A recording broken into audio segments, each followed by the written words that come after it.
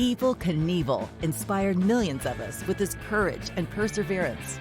We're building a museum so you can relive those memories and be reinvigorated with that spirit of bravery. My name is Evel Knievel. I'm a professional daredevil. Along the way, we meet people involved in the life, the times, and the legacy of the King of Daredevils. Here with their stories is your host, Joe Friday. Friends, it's good to see you. We're going to go long on this interview today, so I'll make the intro real short. These are my dear friends, Mike and Lathan, co-founders of the Evel Knievel Museum. Essentially was an idea, and then I ran it by my friend Robbie Hull, and we just set this goal to get as much as we could and have a traveling show would eventually become something like this. But what kind of fascinated me the most was just the archaeology of it and finding everything. Once I found something, I put it away and went to the next thing. So it was essentially, that's all it was. And then meeting his crew people along the way and becoming friends with them and learning their history was probably the most fascinating thing, besides the artifacts. You know, but that's part of the journey, and it kind of revamped their legacies and their qualities and their basically just their worth in his journey. So I think they were kind of set to the side for quite a while. But yeah, me and my friend Robbie Hull, and then we did a couple of shows. We met Marilyn Stemp. She jumped in on the truck. And then we went to Evil Days and met the family, and that was just like a crash course in excitement. No, it really was. I mean, Alicia and the whole family, you could have fun with them in an insurance seminar, basically. The first thing that spawned it was there was a Snake River crew jacket online for sale, and I kept emailing the guy, and he was like, "Oh, it's not for sale." Turned out to be Robbie's old manager. That was the first thing, and then that just made me start doing some homework, and I was like, why doesn't this guy have a museum? He's one of the most important people in history. So that's what started. I was like, wow, this stuff is everywhere. It's across the planet, and he gave it away and gifted it, and it was sold. Because, I mean, he'd give away like a priceless helmet to a friend after a jump. And that's how I found most of the stuff, was photographs and paperwork. The Snake River leathers, the Sports Illustrated suit, for instance, I had a hunch and I heard a rumor, and then I was at a bar in Butte, and this guy's like, my friend has those. I was like, okay, I got to go find this guy. And that was how I tracked those down. It took 3 years. But that's the fascinating part of it, is the archaeology. There was not a museum? Nothing. I mean, there was attempts. He tried 5-6 times, but he was dealing with people all the time that were vice versa, either using him or he was using them. Who knows? I mean, things went south all the time. And I met these people, and they're like, oh, you know, this and that. They all had a story, but who knows what the truth is. That's part of the fascination with him. He had one at the Maxim he was trying to do. Several places there, downtown. But What was that Niagara Falls? They called it the Evel Knievel Museum. oh, Mark DeMarco's place. He's actually become a really good friend, but he's a character, and we love him. But that's where we got this that took probably 10 years to get that. And one of the XRs was there. Well, this is the X21, actually. They were called 117 and 711 for code names. I think that one's... That's 7-Eleven, I think. 711. Yeah. I'm going to go get a big gulp. Yeah. Some of this stuff slipped through the cracks in my head. But the plan was if this one had issues, they would replace, instantly use the other skycycle. They had to have two.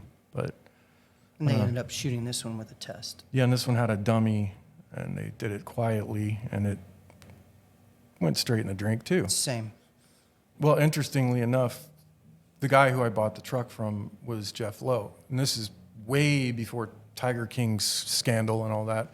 And we had a decent rapport. Like, I heard rumors, like, don't deal with him, blah, blah, blah. But I called him on everything. And I said, I'm not...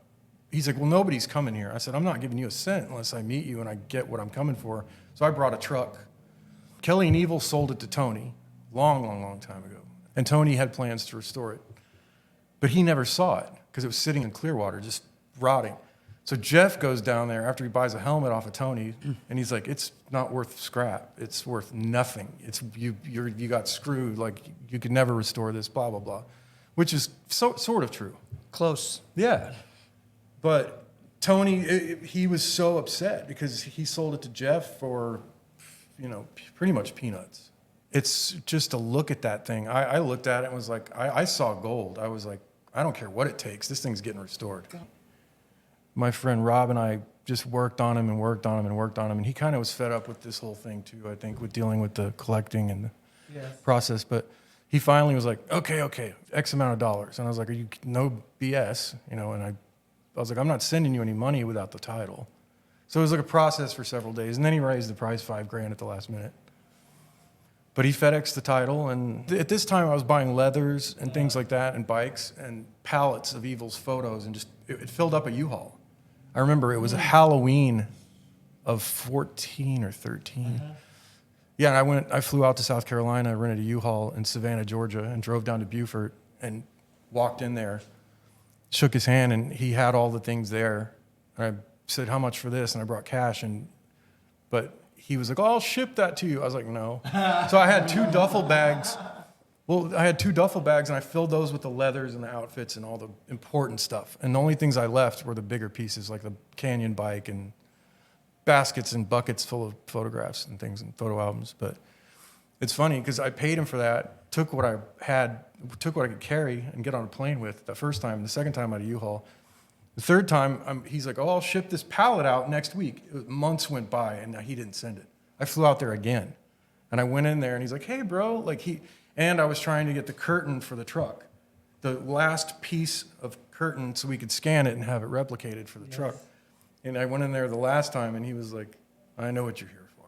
Because I've texted him every day. I need to get, he's like, no. And when I walked in there, he had it in his hand, and he just gave it to me. 2 days later, I flew to Elizabeth Trucking Center where the truck was stored. Make sure, me and Louis Ray went there to this truck. We went to the yard, and I couldn't believe all the interior was stacked up in there, and the horseshoe was still there. And that's thankfully, due to the diligence of those guys. They piled everything up and locked it in the truck. So then I went up to this guy immediately, and I was like, can you start restoration? He goes, yeah, give me 3 months. And I waited 3 months, and he just never did anything. And then a year went by, and I was about to explode.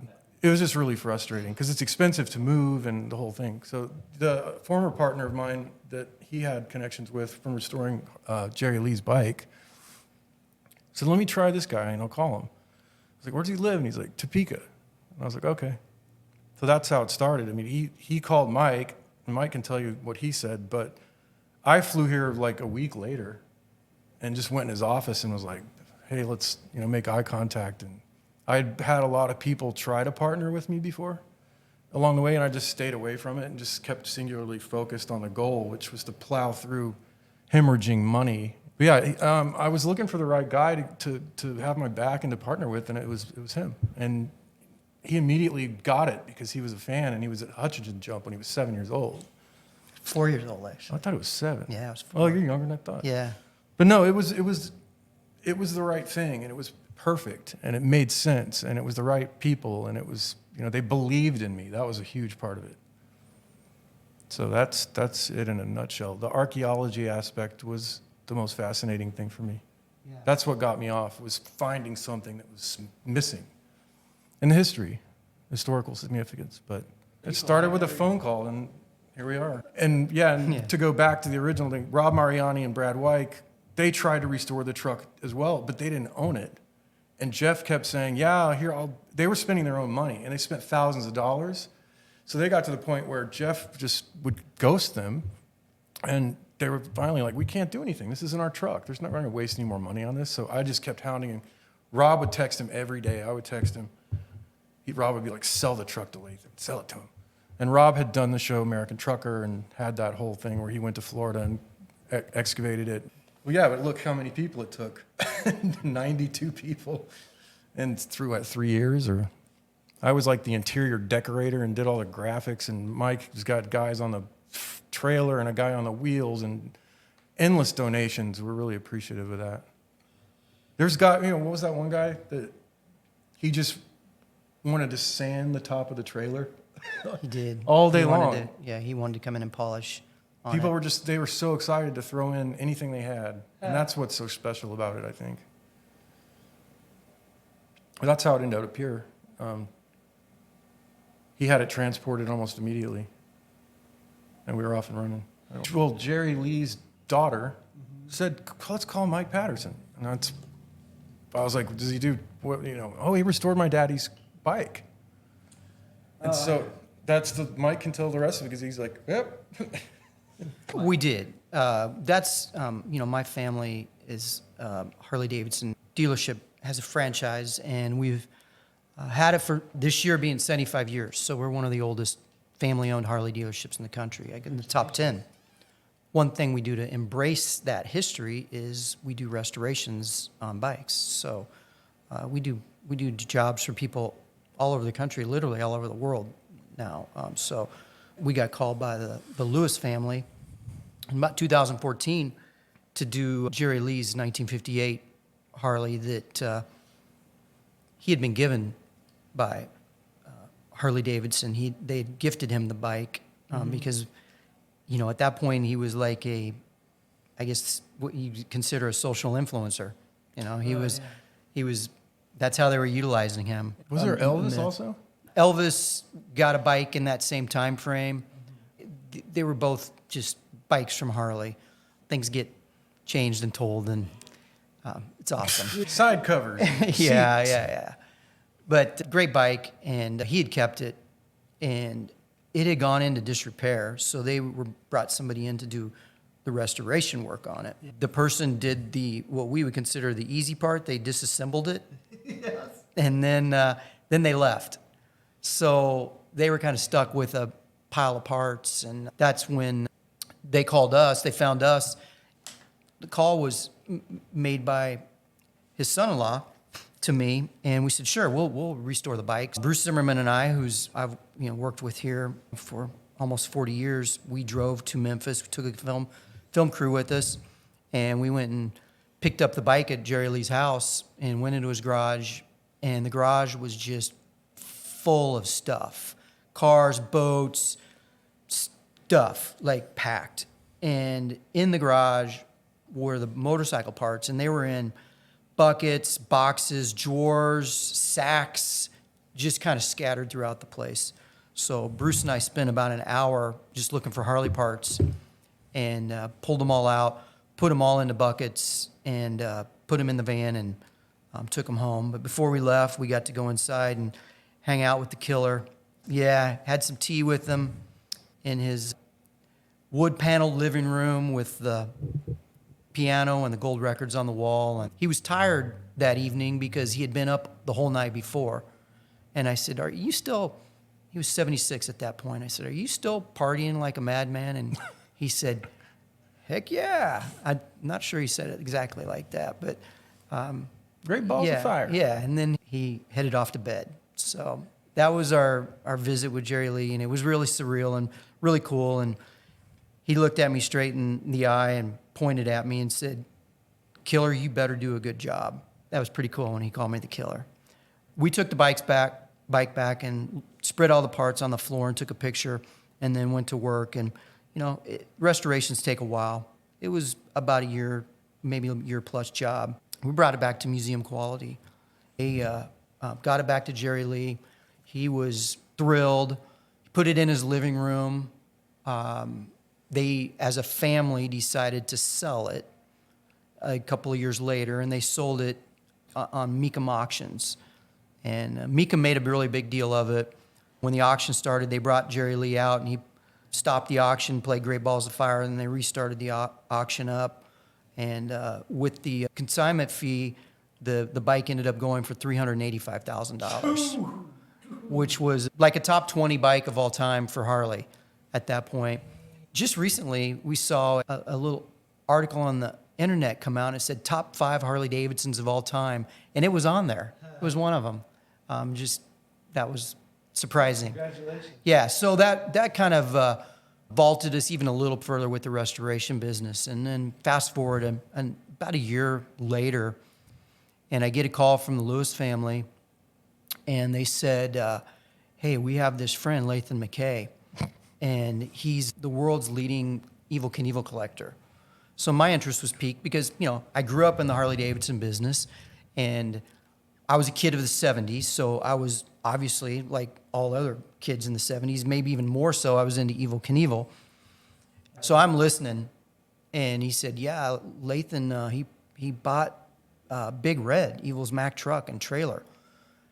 And it's in Elizabethtown, New Jersey.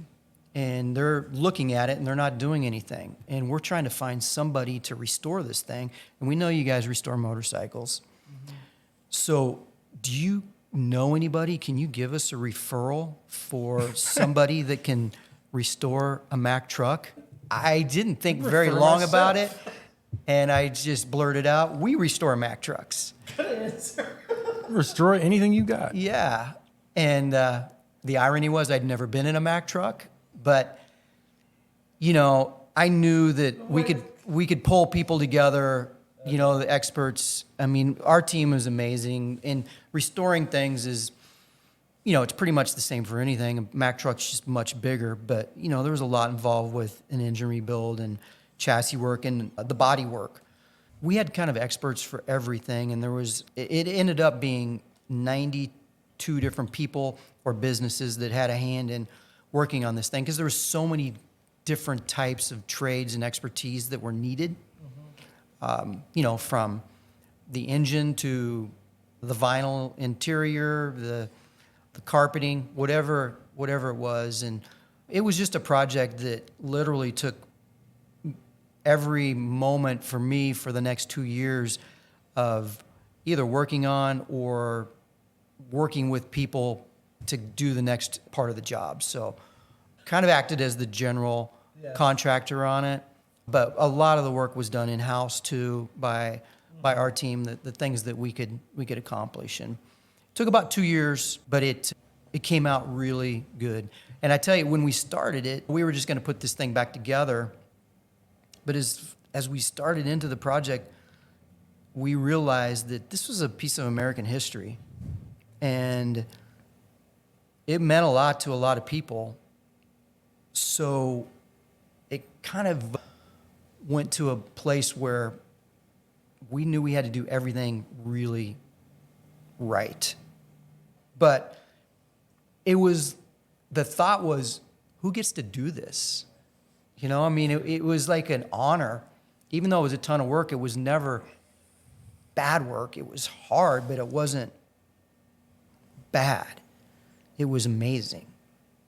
Could not open without a skycycle. When we decided to do the museum, that's when Lathan and I stepped on the gas pedal to go find more things. We were acquiring things, but to get to the big, massive pieces, Jim Kaplinger, local attorney in Topeka and real estate developer, and rest in peace, Jim. We lost him a few years ago. He had the coolest thing is his daughters always say how much fun he had doing this. He loved it. Yeah. But he was never like, no. We'd say, he goes, what do you need? Yeah. We need a skycycle. He's like, okay, go get it. Yeah. Get stopped at the border and get strip searched with your checks. Lathan went up to the border to buy the skycycle from Mark DeMarco, who we mentioned earlier. Ryan Kavanaugh was with you. The cameras blazing. Yeah, and you know, these guys aren't like, I mean, I'm just going to say Lathan's look and Ryan's look, they don't look like polished businessmen, you know, going into Canada to do a deal. I had been there a million times, but listen, here's the thing. We came in from Topeka. The usual way I go in is through Niagara Falls, New York. Okay. Way more mellow. I went in through Detroit, and I was told not to do it because all the guns and the drugs pass through there. But it shaved off 2.5 hours of my drive. So I'd never done it. And then I was like, wow, it's a whole different beast. The first thing out of their mouth is, do you have any large amounts of currency to declare? And I just went, no. I was so freaked out, you know. But then they it asked. It wasn't cash. Well, I think the best quote I know that was said was, what are you going to do? What are you doing, you know, what's your business in Canada? Buying a rocket. And when that's not the right thing to say. Well, no, the funniest part to a border patrol agent is that I'm buying a rocket. As soon as it gets them a little excited. As soon as I said I don't have any cash to declare, they have a secondary route they point you to, because I was like, oh man, because usually they just let you go. Yeah. They go over there, and so they took the whole car apart. It was freezing. Me and Ryan are just standing there like watching them take his car apart. What's all these cameras for? I'm like, well, we're filming something up there. What are you filming? Skycycle. And then I was like, please don't pull out my evil bag. And I saw her pull up the leather evil sack that I had around my neck, my little satchel, and she digging. And I had the 50 checks, bank checks, buried in the bottom under a bunch of letters. She pulled it up just like you would think, what's this? I just went, oh, God. They confiscated your phone, too, and I remember... The funniest thing, they put us in detention for 2.5 hours, took our phones, and I had emailed you and emailed that they were reading the correspondence, and I called it the Lufthansa heist. And she goes, "What? Why did you say that?" I go, "It's just a play on the, you know." And I think I responded back like, "Hey, hope you don't get stopped at the border," joking around. There was two good-looking and they were reading this. ladies, really, and they finally came back. I was handcuffed, and Ryan's sitting there, his legs popping off the ground. I was like, "Dude, we're telling the truth. It's gonna be fine." But they gave me my phone back, and I said, "Come here, count your money." And I was like, "Are we all good?" She goes, "Well, I looked up your name, like you said. I looked up the skycycle. I found a YouTube thing showing it for sale, and you're free to go." It sounded so ridiculous. It does. So I remember you telling me too that they said, "Please tell us when you're coming back through because we want to see it." Mm-hmm. And then they were excited and they wanted, they were all there when. Then Kaplinger's back here being the brilliant legal mind that he is, and we had to prove that it was manufactured in the United States. So we had the paperwork and the checks that we scanned and sent over to prove that it was made in. Actually, yeah. Actually, we went back into what we had purchased all the paperwork from Truex. Yeah. And so I went into the archives and brought a bunch of paperwork to Jim, and that was to prove that the skycycle had been built in the U.S. because they were going to charge us, I think, $25,000. No, it was like $75,000 tariff to bring it in, and Jim got it to $0. So yeah. But we had to. There was a couple of weeks of paperwork to figure that out. The checks were domestic checks. Yeah. This is for the skycycle. Right over there in that display. So we had all the proof that it was built in Maryland, I think. So thank you, Scott Truex, for all of that paperwork that we got from him several years earlier, because it might have been trickier to get that thing in without that original paperwork showing that all the parts were bought domestically. Yeah. Bringing it home. Yeah. So we build the museum here, and like Lathan said, that's when we got to meet Joe, and Joe helped with several other pieces and artifacts, but not only that, when we started talking about, and the opportunity came up with Las Vegas, Joe was all in. Yep. Yeah. Las Vegas. We get that question so much. Why is it in Butte? It's actually very difficult to get to Butte. Somebody from the Butte City Council called me and was really mad and chewing me out for the museum being in Topeka and not in Butte. Why did we pick Topeka? Why didn't we pick Butte? And I was like, hey, man, this is where I live, and I told him a story, and we just built this thing, and he really wasn't, still kind of not happy. And then I said, well, listen, you guys had 40 years to build the museum in Butte, and you never did it. And he's like, that's a good point. And then he was cool after that. So it wouldn't make enough money there either. Yeah. It wouldn't be wrong to be in Butte. I mean, there's no question about it. But I think Las Vegas, everyone agrees. So the opportunity came up with us. We had a lot of nice awards and some exposure, almost, I'm going to say internationally. The awards that we received for the museum were awesome. Yeah, and it caught the attention of developer in Las Vegas, Jay Dapper. And Jay's done a ton of work in downtown Las Vegas, and he's taken some older buildings and renovated them into really cool things. So he has a real passion for that. And the Knievels live in Las Vegas, Kelly and Paige Knievel, Evel's son. And so we always have a connection with Las Vegas there. I met Jay Dapper. Paige Knievel is a real estate broker. She's a lifelong Las Vegas person, and she knows the place like the back of her hand. She's got deep roots there. Yeah. We got to know Jay, and Jay's like, this needs to come to Las Vegas, and I'm going to buy a building and renovate it and make this happen. When we started this obviously we didn't have, the first idea was not to have a museum, but it evolved into that. We never saw it moving from here when we started with the museum coming here, but when this opportunity came up, it wasn't something that we could walk away from. We thought about at one point doing an experience there, something smaller. We did talk about having it in 2 places, but we just felt like both would be compromised and it wouldn't be what it should. It's hard for us because this is our home and this is our dealership and this is where we live, to make the decision to move it. Really hard, very, pulling both ways. Well, another interesting aspect of it is, we should mention, is a friend of ours now, who's a business partner, contacted me when he bought Evel's yacht by accident. Let's talk about Rob. He was in Fort Lauderdale and he was looking at this boat. No clue it was Evel's, and the broker says, this belonged to Evel. And he got really curious. Mike and I got all the materials together from the yacht, the blueprints, the contracts, everything, and got those to him. And he said, what else is going on? And I was like, well, this, that, and that. We're making a movie. Oh, I'm in. I get set up a meeting. We're going to do this. And without him, he was one of the 3rd tier. Absolutely. Him and Dapper and him, like, it's just astronomical,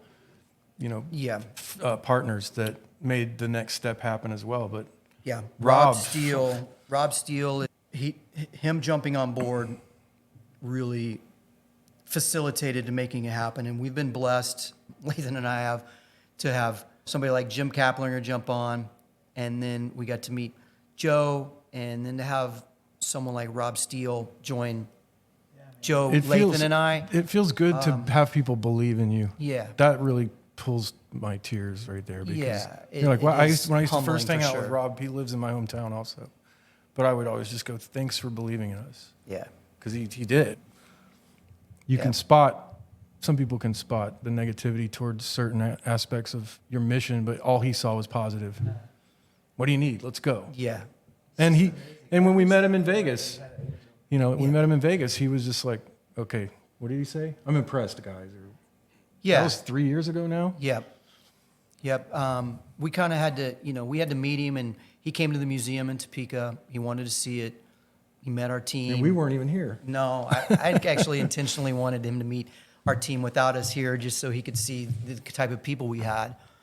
And then we met him, I met him in Las Vegas and looked at some buildings in Las Vegas, and we decided on the Mission Linen Building, which is a historic building in Las Vegas. It's been unoccupied for a long time. And how long? 20 years? At least, yeah, it's probably maybe it more. had that vibe of I emptiness. wouldn't be surprised if it was 20. The Arts District is where it's located. Everybody asks us where it's going to be. And the neighborhood where we're at has really cool new restaurants, a brand new boutique hotel right across the street. There's a massive project that is going in to the north of the building. The housing, I can't remember the name of the project. Midtown, I think is right. I saw a story on the internet that said that the Arts District in Las Vegas is one of the hottest developing neighborhoods in the country. So we're right in the middle of it. I think we're going to be a key part of all of that. And the city's looking at it that way. So we're excited to be in that area. The building's going to have a really cool vibe. And it's actually happening. It's actually happening. You can actually say that it's happening now. It's been a long, long time. It's kind of like building the truck or then nobody building the believes museum. It's going to happen. At some points, I was wondering, it was on, it was off, it wasn't going to happen. And it leaked out several years ago. And then, honestly, from the time it leaked out, there was a point where it was off. It wasn't going to happen. And then it got revived. The parallels with this journey and Evel's are so similar. Yeah. And we always talk about the hurdles, but it's just, one day you think everything's gone and off, and better now. We our brains developed into this kind of ESP where it's, today it's off, but it'll change tomorrow. The story changes every single day, but it always happens. Yeah. Every time we think something's not going to happen, it does happen because you just keep persevering. Well, Evel means so much to people from our generation. We see it when people come into the museum and actually get emotional I mean, they'll be looking at something and accuse them from their childhood, and it was great times, or the toy, or seeing something on the video, one of our videos from Wild World of Sports, just seeing that. Pinball machine. Yeah, something that cues them, and it's very meaningful to see the impact that it has on people. And then it kind of changes your idea of what you're really doing. I mean, like, we're not just putting together some cool display. This is something that is impactful with people's lives. And Evel was a hero, and he meant a lot to a lot of people. So there's a lot on the three of us and Rob, and then our whole team, to produce something that lives up to what it should be for a guy that of the stature of Evel Knievel. You know what? And it wouldn't have happened. None of this would have happened, I don't think, without us. It would, yeah. I'm not sure the path it would have. There might have been something, but it wouldn't be like this.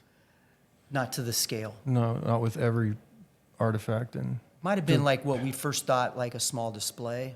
There's a lot of those around, by the way. I mean, the Smithsonian has a display because it's such a huge deal. I mean, is an international figure. Yeah, to have the amount of pieces, and then there's been a lot of work by a lot of people to put it all together into the form of a presentation.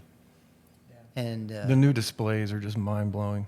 There's a lot of new stuff that's come along too, like the gates that you're remodeling. True. We got the letters from his gate, gratefully, from Grandma Jeannie, who we lost last summer. Yeah, just recently we've been able to come up with a lot more items that are going to be fun to display and people are going to enjoy seeing.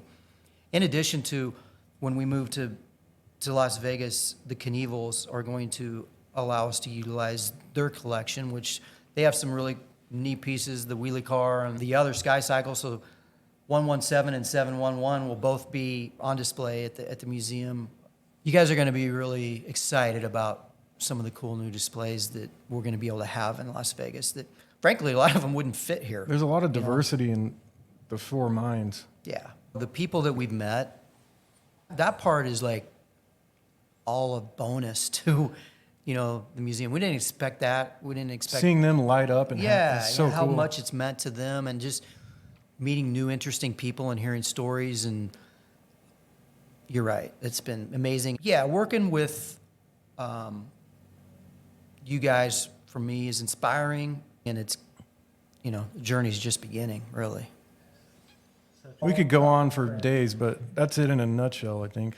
Well, Lathan and I are going to hit the road. We're going to see if we can obtain a famous motorcycle that made it over Caesar's Palace fountains. I know exactly where that bike is. All right, let's go get it. And Mike, you just keep building the best museum in Las Vegas. I'll keep on it every day. Yeah. All right. If you enjoyed this episode, please subscribe.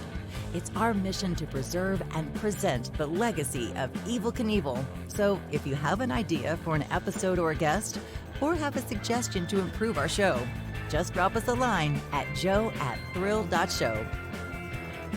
I just think the Evel Knievel way. We leave you with the encouraging words from the book of Deuteronomy. Be strong and courageous. Do not be afraid or terrified, for the Lord your God goes with you. He will never leave you or forsake you. Until next time, happy landings.